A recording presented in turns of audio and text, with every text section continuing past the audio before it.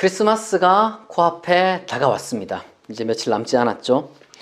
오늘은 그래서 예수 그리스도의 오심을 준비한 인물, 다름 아닌 바로 세례의 요한에 대해서 설교할까 합니다. 세례 요한은 내복음서 전체에서 예수 그리스도의 오심을 준비한 가장 중요한 인물로서 언급됩니다. 물론 복음서 4개마다 다 요 세례 요한에 대해서 조금씩 그 묘사가 그 신학에 따라서 다릅니다.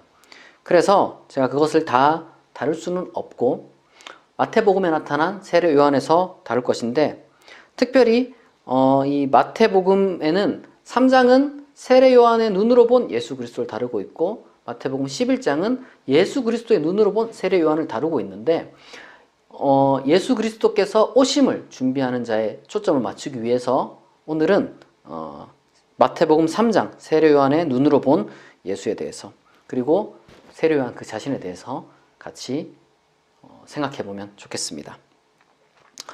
마태복음 3장 1절에서 6절은 이 세례 요한이 어떤 인물인지를 보여줍니다. 그런데 이게 자세히 보면 누가복음과 달리 그의 어린 시절이 나오는 게 아니에요. 어린 시절 6개월 먼저 예수 그리스도와 비슷하게 천사의 예고를 받고 이런 이야기들이 전혀 나오지가 않습니다. 그리고 또한 마가복음의 메시지와 약간 달라요. 마가복음은 세례 요한이 회개의 세례를 베풀었다 이렇게 이제 표현을 하고 있는데, 마태복음은 일부러 단지 회개를 요청했다 이렇게만 생략해서 이야기를 합니다. 아마도 의도를 정확하게 알 수는 없지만 그럼에도 불구하고 추측하건대 당시 종교의식에서 이제 세례가 사용되었는데, 그 세례라는 그 의식 그 자체에 집중하는 그런 어떤 모습들을 조금은 탈피하기 위해서, 그런 오해를 불식시키기 위해서 그랬던 것 같습니다. 그리고 또한 마태복음에 보면 세례 요한의 메시지가 마가복음에서보다 조금 더 단순합니다. 마가복음에 보면은 때가 찼다는 말도 있고 복음을 믿으라는 말도 있는데, 마태복음의 세례 요한 메시지는 단순합니다. 회개하라, 천국이 가까이 왔다. 간단하죠. 그런데 이 세례 요한의 메시지가 흥미로운 점은 예수 그리스도의 메시지와 마태복음에서 완전히 똑같다는 거예요. 마태복음 4장 17절에 보면 예수 그리스도의 첫 메시지가 등장하는데 그게 바로 이겁니다. 회개하라, 천국이 가까이 왔다. 1.1획도 틀림없이 똑같습니다. 메시지가 똑같지만, 그러나 우리가 잘 알다시피 세례 요한은 메시아가 아니죠. 오히려 메시아를 기다리는 자입니다. 우리가 여기서 기억해야 될 게 있어요. 메시아를 기다리는 자는 필연적으로 메시아와 동일한 메시지를, 그러니까 메시아를 대변하는 메시지를 전하는 게 당연한 겁니다. 우리가 세례 요한처럼 메시지를 전하는 거예요. 우리가 메시아를 기다린다고 했을 때는 그냥 말만 그렇게 하는 게 아니라 메시아가 전할 그 메시지를 우리가 대변하는 겁니다. 그러면 메시아와 우리의 차이는 뭐냐? 권위의 차이예요, 권위. 세례 요한은 그 메시지를 대변했지만 권위를 스스로 취하려고 하진 않았습니다. 무슨 말이냐면, 실제로 죄를 지은 인간이 그 메시지를 듣고 죄를 뉘우치냐, 그리고 그 뉘우친 그 죄인이 또 하나님으로부터 용서를 받느냐, 이것을 정하는 것은 메시지를 전하는 메시아를 기다리는 자가 아니라 바로 메시아라는 거죠. 우리가 그런 겁니다. 만약 우리가 메시아를 기다린다고 했을 때 우리는 필연적으로 메시아의 그 인격을, 메시지라는 게 인격이잖아요. 메시아의 인격을 우리가 따라야 하지만 선을 넘어서는 안 되는 거예요. 사이비 종교 지도자들의 그 특징이 있는데 그 분간하는 법이 있습니다. 여러 가지가 있겠지만 제가 생각하는 기준은 그래요. 그 메시지의 도덕적 내용을 살펴보면 우선 그 사람이 사이비냐 아니냐 알 수가 있고, 한 걸음 더 나가서 그 메시지를 자기가 전달하는데 자기가 가지고 있는 권위가 마치 메시아의 권위다라고 주장하면 그 사람은 사이비입니다. 세례 요한의 그러면 회개의 메시지는 어떠냐? 조금 구체적으로 이야기를 하자면 그래도 길진 않아요. 3장 7절부터 12절 요 사이에 굉장히 짧게 나타나요. 제가 참 이런 성경을 보면 깜짝깜짝 놀라는데, 제가 능력이 있으면은 설교를 짧고 굵게 할 텐데 그게 쉽진 않네요. 이게 이렇게 경전을 제외하고 사실은 제가 메시지를 이렇게 함축적으로 전달한 사람은 뭐 아직까지는 뭐 프리드리히 니체 외에는 뭐 잘 모르겠습니다. 어쨌거나 뭐 그런 얘기를 하려는 게 아니라 이 회개의 메시지라는 것이 본래는 어떤 대상으로 했는지 잘 몰라요. 누가복음 같은 성경을 보면은 세례 요한의 메시지가 대중을 향해 있습니다. 대중을 향해 있는데, 그런데 반대로 대조적으로 마태복음에서는 처음부터 특정 대상을 겨냥하고 있거든요. 그 특정 대상이 누구냐? 바로 바리새인과 사두개인입니다. 우리가 성경을 보면 바리새인과 사두개인 이야기를 되게 많이 들어요. 특별히 이제 복음서에서 무진장 나타나는데, 하지만 사실은 이 네 개의 정경 복음서들에 나타난 이 바리새인과 사두개인들에 대한 시각이 사실 역사적으로 그렇게 뭐 정확하다라고 하긴 좀 힘듭니다. 왜냐하면 그들에 대한 일종의 편견과 경멸적인 시각을 담고 있기 때문입니다. 뭐 사실 예를 들어서 바리새인이 정말로 예수 그리스도께서 십자가에 못 박히는 그 사건에 개입했을까라고 우리가 생각해 보면은 그렇게 하기에는 조금 힘들고, 오히려 정경 복음서들에 그 나타난 예수 그리스도의 입장과 역사 속 바리새인들의 입장이 생각보다 유사한 점도 많다는 연구도 있습니다. 사실 이런 흔적은 복음서에도 약간 남아 있어요. 뭐 예를 들면은 그 누가복음 13장 31절에 보면은 바리새인들이 이제 예수에게 그런 얘기를 해줘요. 헤롯이 당신을 죽이려고 하니까 좀 도망가야 된다. 이런 식으로 피할 길을 알려주기도 하거든요. 뭐 그럼에도 사실은 뭐 정확한 상을 가지고 있는 건 아닙니다. 역사적 바리새인 연구, 뭐 역사적 사두개인 연구 이런 것들도 있지만 다만 그 사람들에 대한 다양한 어떤 자료들과 시각들을 그 연구를 통해서 우리가 알 수 있을 뿐이지 정확하게 어떤 존재였냐 알기는 좀 힘들어요. 뭐 중요한 건 좌우지간 마태복음이 바리새인과 사두개인이라는 그 특정 대상을 하나의 어떤 뭐랄까요 전형으로 삼은 거죠. 그 전형으로 삼아서 그들을 집요하게 공격하고 비난하는 그 메시지, 그 핵심이 뭐냐 이거예요. 왜 그 세례 요한은 메시아를 기다리는 자로서 첫 번째 그 대상으로서 바리새인과 사두개인들을 언급하고 그들의 죄를 지적했냐 이거예요. 그 사람들이 상징하고 있는, 그 사람들이 어떤 대변하고 있는 죄가 있습니다. 그 죄가 뭐냐? 바로 위선이라는 겁니다. 우리가 그걸 생각해 봐야 됩니다. 사실은 바리새인과 사두개인들이 세례 요한에게서 독사의 자식들이란 그런 비난을 들어요. 그런데 이 독사의 자식들이란 비난이 예수 그리스도께서도 동일하게 사용합니다. 하지만 흥미로운 건 그겁니다. 이 독사의 자식들, 예수 그리스도께서 독사의 자식들이라는 표현을 쓰는 것을 보여주는 것은 마태복음에 거기에만 나오는 거예요. 그러니까 이거는 마태복음을 쓴 사람이, 마태복음의 저자가 신학적 의도를 가지고 만들어낸 하나의 문학적 장치라는 거죠. 우리가 세례 요한의 그 메시지는 원래 이제 굉장히 간결하고 단순하게 이렇게 압축되어 있지만 사실상 세례 요한 이후에 예수 그리스도의 어떤 메시지를 통해서 마태복음에는 주로 예수 그리스도의 설교 중심으로 이제 이루어진 복음서인데, 그 복음서들을 통해서 세례 요한의 그 짧은 메시지가 점점 더 확장되고 구체화되거든요. 특별히 뭐 마태복음 23장 같은 경우는 아예 그냥 대놓고 그들을 대상으로 공격을 합니다. 그들의 죄가 그러면 뭐냐? 위선이라는 거, 위선. 이 위선을 반복해서 마태복음에서 공격하고 있는 거죠. 바리새인과 사두개인은 자기 자신의 스스로 평가하는 그런 자기 기준이 있고, 또 남들이 자기를 향해서 내리는 그런 기준이 있었어요. 거기에 만족하고 실제로 자기 자신의 내적인 어떤 깊은 더러운 것에 대해서는 전혀 뉘우치지 않았다는 겁니다.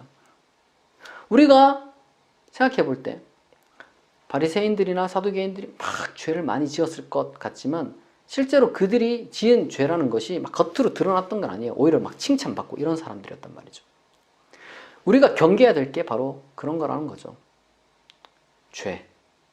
이 죄라는 것이 여러 가지 많은 의미가 있지만 외적으로 드러난 것도 있고, 그것만 전부가 아니라 이 내적에, 내면에, 저 깊숙한 곳에 있는 죄도 있다는 겁니다. 그것을 우리가 다 죄, 한꺼번에 일컬어서 죄라고 하는 거예요.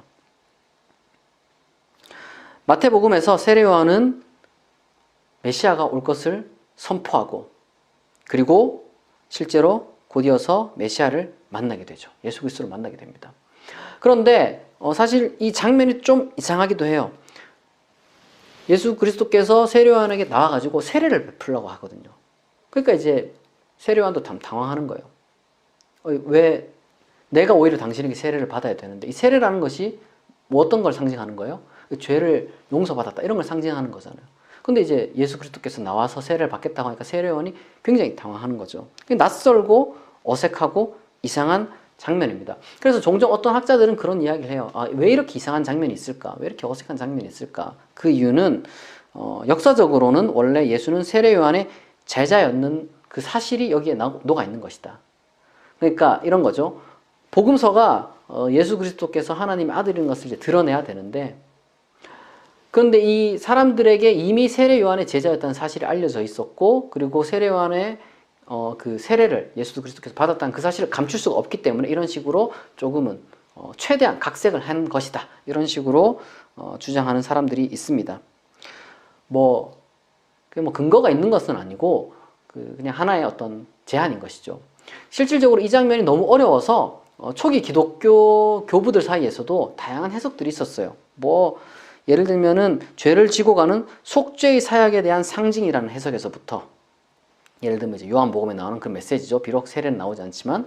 그리고 또 이 방식이 침례였는데, 그 물에 푹 들어갔다가 나오는 그 침례였는데, 그것을 마치 고대 이스라엘의 종교의 신 야훼가 그 바다 괴물을, 물의 괴물들을 물리치는 것을 상징하는 것이 예수 그리스도를 통해서, 이 침례 장면을 통해서 그렇게 이제 보여진 것이다. 사탄을 물리치는 사역이 시작이다, 이런 식으로 해석을 하는 교부들도 있었고, 그리고 또 우리가 잘 알다시피 사도 바울의 로마서에서 나타나는 것처럼 예수 그리스도의 세례는 죽음과 부활의 하나의 전조였다, 이런 것들을 다양한 해석이 있습니다.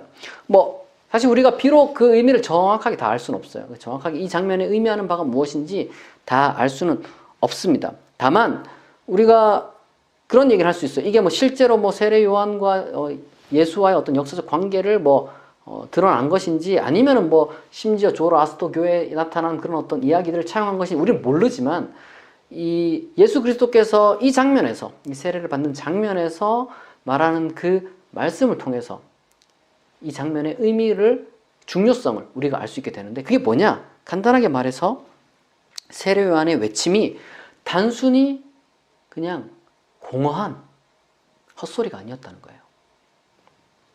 실제로 이제 그가 외치고 그가 기대했던 위대한 하나님의 나라가 시작될 것이라는 것을, 현실화되고 있다는 것을 보여주는, 그 출발이 바로 여기에 있다는, 그것을 보여주는 장면입니다. 기독교의 메시아를 기대하는 자의 희망이라는 것이 생각보다 되게 고전적이에요. 어떻게 보면은 뻔하다고도 할 수 있습니다. 그게 뭐냐?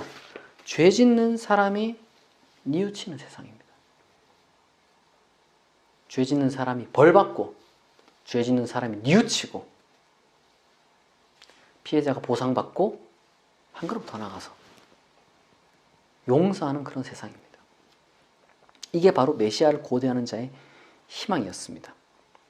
예수 그리스도의 오심, 메시아의 오심, 이 성탄의 기쁨이라는 것이 바로 이 죄의 문제를 해결하는 데서 사실은 시작되는 거예요. 여러분, 세상에 나쁜 일이 너무 많아요. 세상에 나쁜 일이 너무 많죠. 물론 사람이 어떻게 할 수 없는 그런 불행, 악, 이게 근데 이 악이라는 것이 도덕적 악이라기보다는 어떤 해악, 이런 식으로 해석할 수밖에 없는 그런 일들이 많이 있죠. 하지만 여러분, 사실은 이 세상이 나빠지는 게 정말 나쁜 사람들이 저지르는 나쁜 짓 때문에 그래요. 자연재해라고 여겨졌던 것들도 사실은 조금만 깊이 연구해 보면은 알고 보니까 그게 인재였다, 이런 것들을 얼마나 많이 봅니까? 그렇기 때문에 우리는요, 죄를 그냥 두면 안 돼요. 겉만 뉘우치는 것이 아니라 양심까지 찌를 수 있는 메시아를 기다리는 자의 메시지가 이 세상에 필요한 겁니다. 바리새인과 사두개인의 죄가 뭐라고 했습니까? 위선이라고 했잖아요. 겉모습만, 그저 해결된 것처럼만 해결돼서 이 세상의 문제가 정말로 해결되는 게 아니라는 거예요. 그러니까 메시아의 메시지가 뭡니까? 그런 위선을 넘어서서 인간의 양심을 찌르는 그런 메시지를 통해서 죄가 해결되어야 된다는 겁니다. 여러분, 이걸 선포하는 세례 요한이요, 사실 그렇게 대단한 사람이 아니었어요. 막 대단한 사람만이 그런 위선자들의 양심을 건드릴 수 있다, 이렇게 생각하면 안 됩니다. 왜냐? 세례 요한이 그렇게 대단한 사람이 아니었기 때문에 그래요. 이건 그런 의미에서 오히려 세례 요한을 통해서 우리가 봐야 되는 건 이거는 그리스도인의 모든 사람이 할 수 있는, 그리고 해야만 하는 그런 의무로, 책임으로 생각을 해야 되는 겁니다. 세례 요한은요, 일반적으로 그 쿰란 공동체, 그러니까 동굴 이름인데, 동굴에서 사는 어떤 에세네파라는 사람의 일원이 아니었냐라는 이야기들이 나옵니다. 왜냐하면 그 어떤 그 메시지나 아니면 그 행색을 보면은 그런 느낌이 든단 말이죠. 그런데 여러분, 지금 제가 뭐 쿰란 공동체, 뭐 에세네파 이런 표현을 쓰는데 거창하게 들리지만 사실은 그냥 사회 부적응자나 비슷한 거였어요. 이게 무슨 말이냐? 그 1세기 예수 그리스도께서 살던 그 시대, 1세기 예수 시대에 유대인 역사가 중에 요세푸스라는 사람인데, 이 요세푸스라는 사람이 유대인이었거든요. 기독교인이 아니라. 유대인으로서 유대계에 종파가 한 3개 정도 있다. 이렇게 이야기를 하는데, 그게 바로 하나가 바리새파고, 또 다른 하나가 사두개파, 그리고 세 번째가 에세네파입니다. 그러니까 사두개인, 바리새인, 에세네파 이렇게 이제 셋이 있었는데, 근데 복음서에는 바리새파와 사두개파는 언급되는데 에세네파는 언급이 안 돼요. 왠지는 모르겠습니다만은 우리가 추측해 볼 수 있는 게 몇 개 있어요. 이 쿰란 공동체 에세네파는 그 예수 그리스도께서 오시기 그 전에, 그러니까 제2 성전 유대교 시대라고 해요. 그러니까 소위 말해서 구약과 신약이 한 400년간의 공백이 있는데, 그 사이 기간에 유다 마카비라고 이제 어떤 혁명을 했던, 그리고 그 짧은 기간 때에 잠시나마 독립 왕조를 유대인 자체 내에서, 유대민족 자체 내에서 독립 왕조를 가졌던 그런 시기가 있어요. 이제 그 가문 중에 한 사람의 이름을 따서 이제 하스몬 왕가라고 하는데, 혹은 이 하스몬 왕가가, 근데 이제 문제는 정치와 종교를 완전 독재적으로 했거든요. 제사장 가문이기도 하고 독립을 일궈냈으니까. 그러니까 막 처음에는 막 유대민족이 우리가 이제 독립을 했다 이렇게 좋아했는데 거의 독재 정치를 했단 말이에요. 그러니까 이제 또 거기에 대해서 막 비난하는 사람들이 당연히 생겨나겠죠. 그렇다고 로마로 갈 수도 없는 거예요. 그래서 그들 중에 엘리트 계층이 있었을 겁니다. 그렇게 비난했던, 그 교육을 받은 제사장 출신들. 그 사람들이 이제 도저히 이 썩어 빠진 세상에서 못 살겠다 해가지고 저 사막으로 사회에서 떨어져서 숨어서 은둔 생활을, 그리고 공동 생활을 했던 그 집단을 가리켜서 에세네파, 그리고 이제 쿰란 공동체 이렇게 일컫는 거거든요. 그러니까 그 사람들의 대중적인 영향력이라는 게 뭐 거의 없었겠죠. 그래서 아마 신약에서 뭐 그다지 언급되지 않는 게 아닐까, 이런 추측을 해볼 수 있습니다. 뭐 어쨌거나 그만큼 순수하려고 노력했던 집단이라고도 할 수 있겠죠. 사실 뭐 근데 따져야 되는 건 그런 게 아닙니다. 엄격하게 뭐 역사적 바리새파, 역사적 사두개파, 역사적 에세네파 이런 걸 엄격하게 지금 따지자는 것이 아니라, 중요한 것은 이 메시아를 기다리는 자의 그 메시지, 그리고 그 메시지를 통해서 그가 심고자 했던, 전하고자 했던 믿음과 희망이 무엇이냐는 겁니다. 좋은 세상은 어떻게 오느냐? 어떻게 준비하느냐? 메시아의 오심을 어떻게 준비하느냐? 바로 죄 짓지 않고, 죄를 지었으면 죄를 뉘우쳐야 한다는 거예요. 이게 출발입니다. 우리가 성탄을 이제 맞이한단 말이에요. 성탄을 맞이하는 게 얼마나 기쁜 일입니까? 즐거운 일이잖아요. 단순히 문화적으로도 즐거울 뿐만 아니라 괜히 우리 마음이 따뜻해지는 그런 일인데, 근데 그게 왜 그렇게 되냐 이 말이에요. 왜? 좋은 세상이 올 것이라는 그 희망 때문에. 그럼 그 좋은 세상이 어떻게 오느냐? 여러분, 나쁜 놈들이 득실한데 좋은 세상이 어떻게 오겠어요? 죄가 가득한데 좋은 세상이 어떻게 오겠냐 이 말이에요. 그리스도의 성탄, 크리스마스가 즐거운 이유는 좋은 세상이 올 거라는 그 희망 때문인데, 그 희망을 위해서는 우리 그리스도인들이 해야 되는 게 있단 말입니다. 이 설교를 듣는 분들에게 제가 바로 그 희망을 위해서, 그럼 구체적으로 세례 요한을 따라서 우리 뭘 해야 되느냐? 3가지를 제가 권면해 드리고 싶습니다. 첫 번째, 죄를 뉘우칩시다.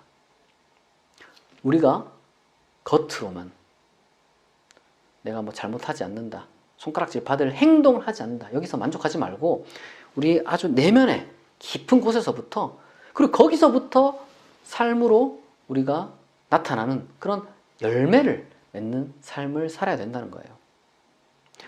두 번째로는 나쁜 사람들에게 여러분 겁먹지 마세요. 겁먹지 말고, 그리고 권력을 가진 높은 사람들, 위선적인 사람들한테 당당하게 우리가 회개의 메시지를 선포해야 됩니다. 여러분, 우리가 막 복잡하게 따질 필요 없어요. 막 죄가 무엇이냐, 뭐 이런 것들을 여러분 막 신학적으로, 막 신앙적으로 골치 아프게 여러분 따질 필요가 없어요. 왜요? 이미 우리에게는 사회 공통적으로 지적할 수 있는 법과 윤리라는 것을 가지고 있기 때문에 그래요. 그것마저도 침묵하는 사람들이 너무 많이 있습니다. 여러분, 그런 침묵으로는요, 좋은 세상이 오지가 않고 그리스도인이 해야 되는 자세도 아닙니다.